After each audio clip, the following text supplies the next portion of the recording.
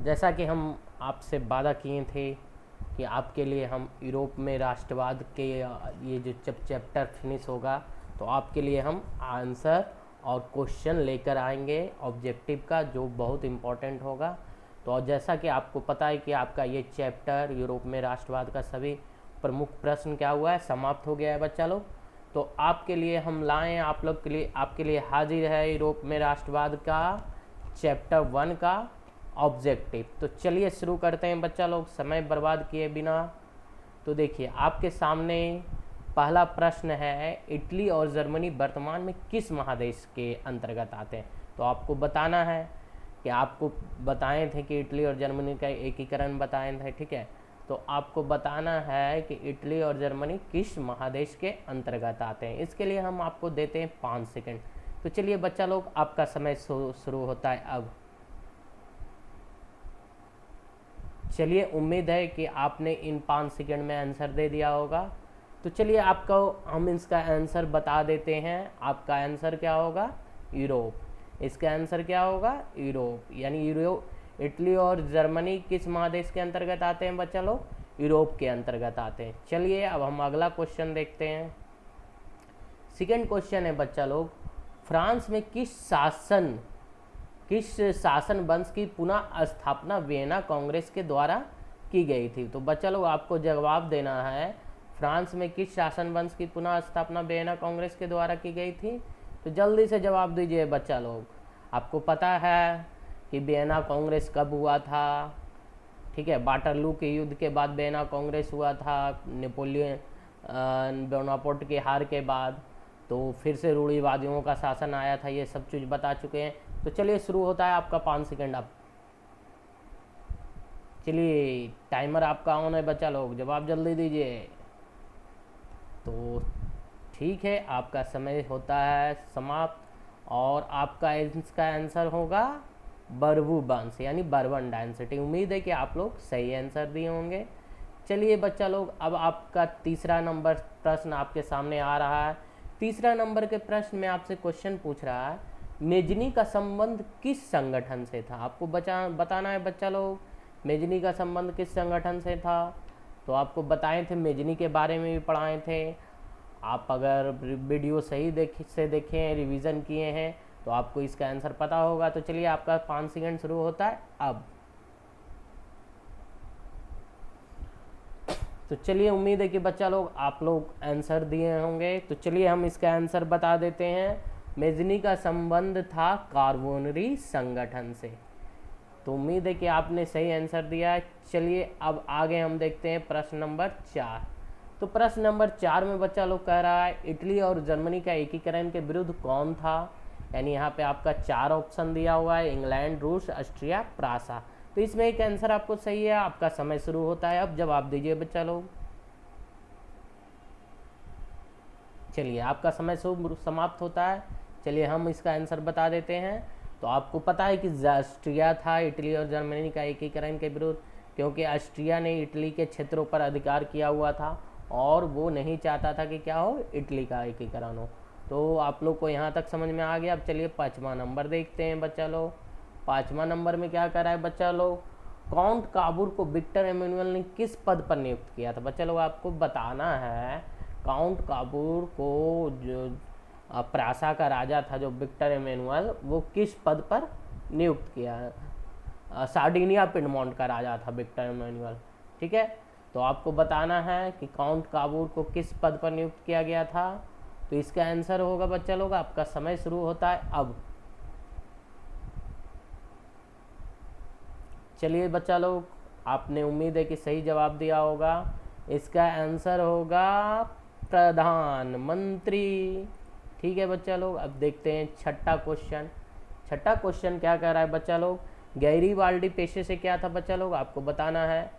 तो गैरीबाल्डी पेशे से क्या था, आपका समय शुरू होता है अब। आपको गैरीबाल्डी के बारे में बताए थे, पढ़ाए भी थे। चलिए आपका 5 सेकंड शुरू होता है। चलिए आपका 5 सेकंड संपूर्ण हुआ। चलिए इसका आंसर आपको बता देते हैं। गैरीबाल्डी क्या था, नाविक था बच्चा लोग। उम्मीद है कि आपने सही जवाब दिया होगा। नेक्स्ट क्वेश्चन है बच्चा लोग, जर्मनी राइन राज्य का निर्माण किसने किया था बच्चा लोग। तो आपको जवाब देना है जर्मनी राइन राज्य का निर्माण किसने किया था। आपको बताए थे जर्मनी के एकीकरण के पहले, जर्मन कन्फेडरेशन के पहले, आपको याद होगा। चलिए आपका 5 सेकंड शुरू होता है अब। चलिए आपका 5 सेकंड कम समाप्त होता है बच्चा लोग। चलिए उम्मीद है कि आप लोग सही आंसर बना रहे हैं। तो चलिए इसका आंसर बता देते हैं। जर्मनी राइन राज्य का निर्माण किसने किया था? Napoleon Bonaparte. तो आप लोग अभी तक सही जा रहे हैं। अब चलिए हम लोग क्वेश्चन नंबर 8 देखते हैं। 8 में क्या कर रहा है बच्चा लोग? फिर से हमको जाना पड़ेगा 8 में। ज़ल्वरीन कैसी संस्था थी बच्चे लोग? तो आपको बताना है ज़ल्वरीन कैसी संस्था थी, किनकी संस्था थी। तो चलिए आपका 5 सेकंड शुरू होता है अब। आपका 5 सेकंड शुरू होता है। चलिए बच्चा लोग, उम्मीद है कि आप लोग इसका सही जवाब दिए हैं, लेकिन मैं आपका इसका आंसर बता देता हूँ। ज़ल्वरीन कैसी संस्था थी? तो ज़ल्वरीन व्यापारियों की संस्था थी बच्चा लोग। तो उम्मीद है कि आप इसका सही आंसर दिए होंगे, यानी इसका आंसर क्या होगा बच्चा लोग? बी। अब चलिए देखते हैं क्वेश्चन नंबर 9। देखिए बच्चा लोग 9 में आपका कह रहा है रक्त एवं लौह नीति। ठीक है, रक्त एवं लौह की नीति का अवलंबन किसने किया था? यानी आपको बताना है, ठीक है बच्चा लोग, कौन फॉलो किया था रक्त एवं लौह की नीति। चलिए आपका 5 सेकंड शुरू होता है अब। चलिए बच्चा लोग, उम्मीद है कि आप लोग इसका सही जवाब दिए होंगे। तो चलिए हम इसका आंसर बता देते हैं। रक्त एवं लौह की नीति का पालन किसने किया था? तो बिस्मार्क ने किया था बच्चा लोग। उम्मीद है कि आप लोग सही जवाब दिए हैं और इसका जवाब क्या होगा? सी। चलिए अब हम देखते हैं क्वेश्चन नंबर 10। क्वेश्चन नंबर 10 क्या कह रहा है बच्चा लोग? फ्रैंकफर्ट की संधि कब हुई थी बच्चा लोग? आपको बताना है, इसका समय बताना है। चलिए क्वेश्चन देखिए, आपको बताया हुआ है फ्रैंकफर्ट की संधि के बारे में। चलिए बच्चा लोग, आपका 5 सेकंड पूरा होता है। इसका आंसर होगा क्या? डी। फ्रैंकफर्ट की संधि कब हुई थी? तो आपको क्या जवाब देना है? 1871 में हुई थी। अब देखते हैं नेक्स्ट क्वेश्चन 11 नंबर, 11 नंबर। 11 में कह रहा है बच्चा लोग नेपल्स की क्रांति कब हुई थी? आपको जवाब देना है नेपल्स की क्रांति कब हुई थी। जल्दी से जवाब दीजिए, आपका 5 सेकंड शुरू होता है अब।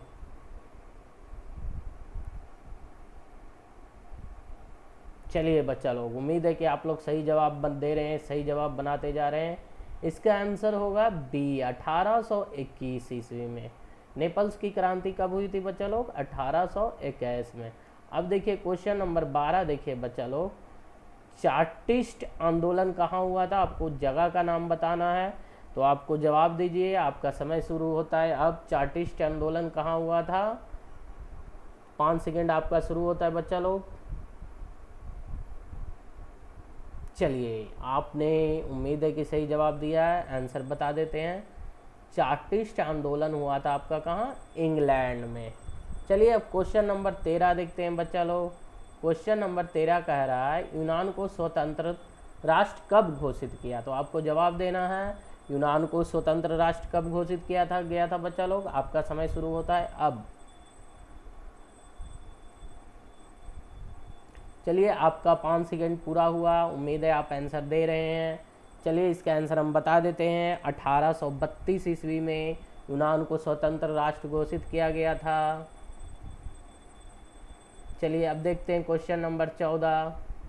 अब देखिए बच्चा लोग, क्वेश्चन नंबर 14 कह रहा है कार्बेनरी किस प्रकार का संगठन था? आपको जवाब देना है कार्बेनरी किस प्रकार का संगठन था और इसका गठन कब हुआ था। तो कार्बेनरी एक गुप्त संगठन था, ये बताए थे आपको, ठीक है, और गठन भी आपको बताना है। आपका 5 सेकंड शुरू होता है अब।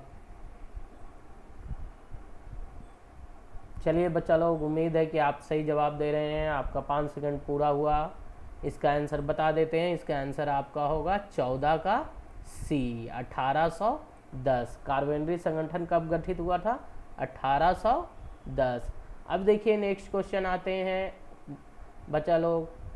कह रहा है कि एंड्रियन पूल की संधि कब हुई थी? आपको जवाब देना है एंड्रियन पूल की संधि कब हुई थी। चलिए आपका 5 सेकंड शुरू होता है।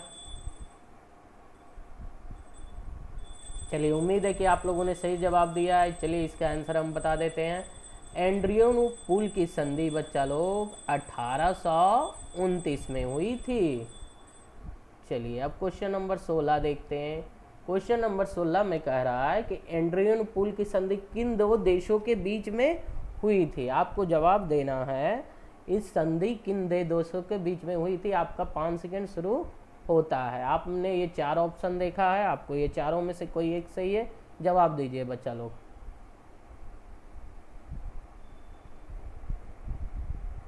तो आंसर हम बता देते हैं, इसका आंसर होगा तुर्की और रूस। चलिए अब देखते हैं प्रश्न नंबर 17 क्या कह रहा है। प्रश्न नंबर 17 में कह रहा है कि सेडान का युद्ध, कौन सा युद्ध बच्चा लोग, सेडान का युद्ध किन के बीच हुआ था।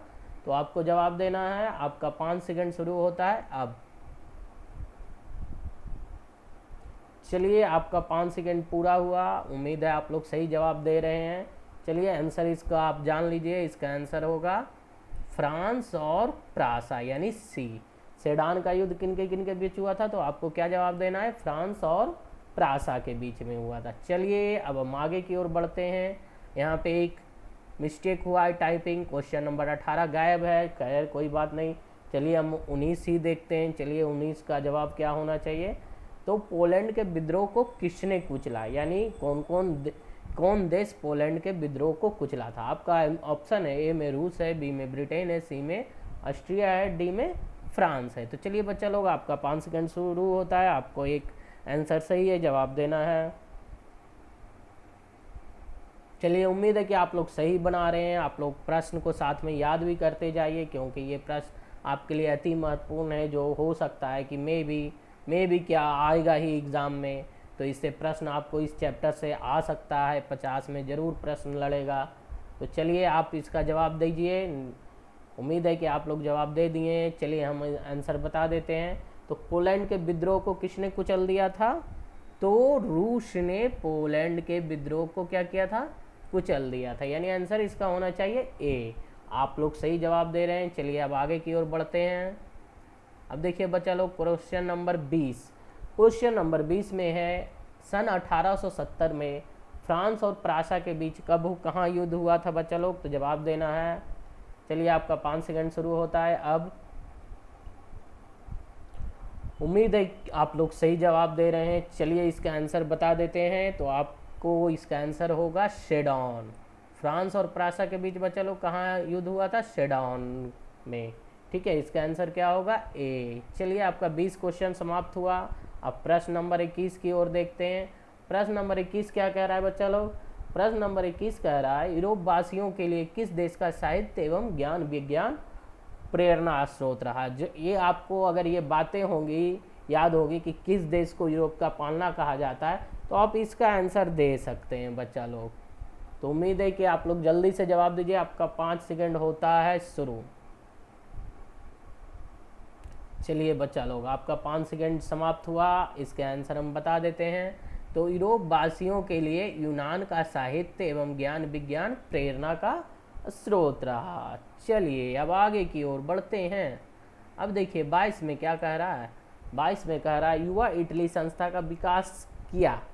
किसने किया युवा इटली संस्था का विकास। तो आपको ये जवाब देना है बच्चा लोग। चलिए आपका 5 सेकंड शुरू होता है। उम्मीद है कि आप लोग जवाब दे रहे हैं और साथ साथ इम्पोर्टेंट क्वेश्चन को भी याद करते जा रहे हैं। चलिए इसका आंसर क्या होगा। इसका आंसर ए होगा, मेजनी। युवा इटली संस्था का विकास किसने किया, मेजनी ने किया था। अब देखिए प्रश्न नंबर 23। बिस्मार्क कौन था बच्चा लोग।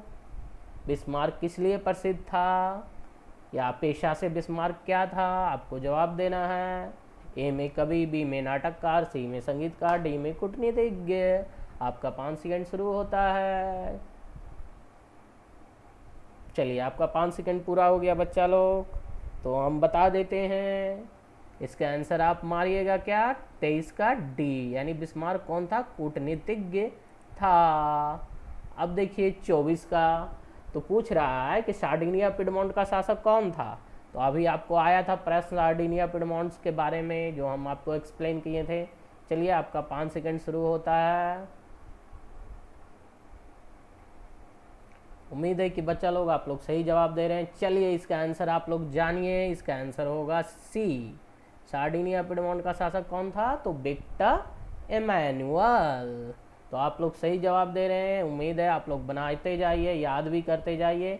और आज के पार्ट का लास्ट क्वेश्चन 25 नंबर, ये सेट हम आपको 2 पार्ट में बनाएंगे। पहला 25 क्वेश्चन पार्ट 1 में, पार्ट 2 में 25 क्वेश्चन। तो आज के पार्ट का ये, आज के क्लास का ये लास्ट क्वेश्चन है। 25 नंबर प्रश्न क्या है? यूनानी स्वतंत्रता आंदोलन के दौरान कौन ब्रिटिश कवि शहीद हुए थे? आपका ऑप्शन है ए में लॉर्ड बायरन, बी में कासूत, सी में फ्रांसिस ड्रिक, डी में विलियम प्रथम। तो जल्दी से जवाब दीजिए। आपका 5 सेकंड शुरू होता है अब। चलिए बच्चा लोग, आपका 5 सेकंड समाप्त हुआ। उम्मीद है आप लोग सही जवाब दे रहे हैं। तो आपको बताए थे कि ये पैसा से भी मदद किया था, ठीक है, युद्ध जाके लड़ा भी था। तो कौन था बच्चा लोग? ये थे लॉर्ड बायरन। तो ये लॉर्ड बायरन थे जिन्होंने यूनानी स्वतंत्रता आंदोलन के दौरान खुद की शहादत दिए थे। किसके लिए? तो यूनान की आज़ादी के लिए।